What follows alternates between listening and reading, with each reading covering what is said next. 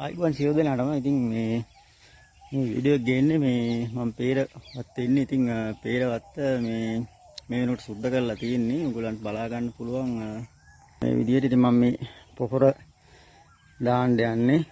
මේ ගස් ටිකක් ලොකුවට තිබුණේ දැන් කප්පාදු කරලා පොඩි කරලා හදලා තියෙන්නේ මෙන්න මේ විදිහට.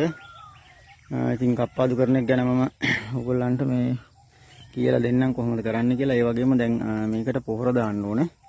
අනිවාර්යෙන් මේ ගස් වලට පොහොර දාන්න ඕන. දැනට මේ සුද්ධ කරලා තියෙන්නේ සම්පූර්ණයෙන්ම මේ විදිහට. ඉතින් මම වීඩියෝ එක අරන් එන්නම්. මෙන්න මේ විදිහට පිරිසුදුව තියෙන්න ඕන. ඉතින් පෙර වගා කරනවා නම් ඉතින් ඊළඟට තියෙන්නේ අපිට පොහොර ටික දාගන්න. ඉතින් මේ ගස් මේ කොහොමද අපි මේ වට හදාගන්නේ කියන එක මම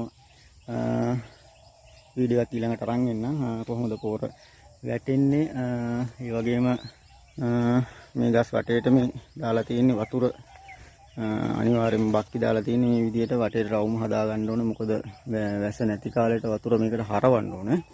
ඉතින් මම නම් හරවන එක කරන්නේ. ඉතින් පොහොර දානකොට ඒ වගේම ගහ හදා ගන්නකොට මේ විවිධාකාර විදිහට පොහොර දානවා.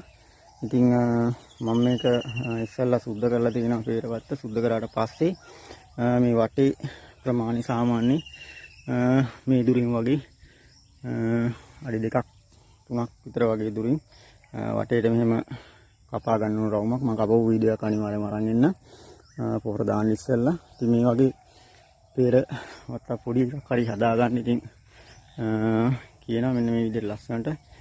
දැන් මේ කප්පදු ගහලා තියෙන්නේ. මම කප්පදු ගැන චුට්ටක් කියන්නම්. මේ ගස් ලොකුවට තිබ්බ සාමාන්‍ය මටත් වැඩි උසර තිබ්බේ. ඉතින් ඒ ගහ අඩි 2ක් එකමාරක් කරනකොට කැපුවම කප්පාදු කරලා තියෙන්නේ. කප්පාදුවෙන් පස්සේ මේ විදිහට රික්ලි ගන්න ඕනේ.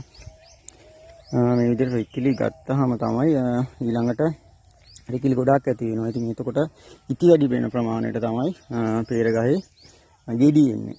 ගෙඩි ගොඩක් ගන්න පුළුවන්. අනික තමයි මේකට අවුව වැටෙනවා. අවුව වැටෙන්න ඕන අනිවාර්යයෙන් මේ මැද කොටසට අවුව වැටෙන්න ඕන. ඉතින් මම මේ ගහක් කොහොමද හදාගන්නේ මෙහෙම මැද කප්පාදු ගහලා හදාගන්න විදිහ ගැන වීඩියෝ එකක් අරන් ඉන්න. ඩිගටම් පේජ් එක ෆලෝ කරලා තියාගන්න. ඒ වගේම මේ වීඩියෝ හොඳ නම් ෂෙයා කරන්න. මේ විදිහට මම ඊළඟ වීඩියෝ එක අරන් එන්න. කොහොමද මේකේ වට අපි හදාගන්නේ පොහොර දාන්න ඉස්සෙල්ලා කියලා. ඉතින් මේකේ දැනටත් මේ සීතල තියෙනවා.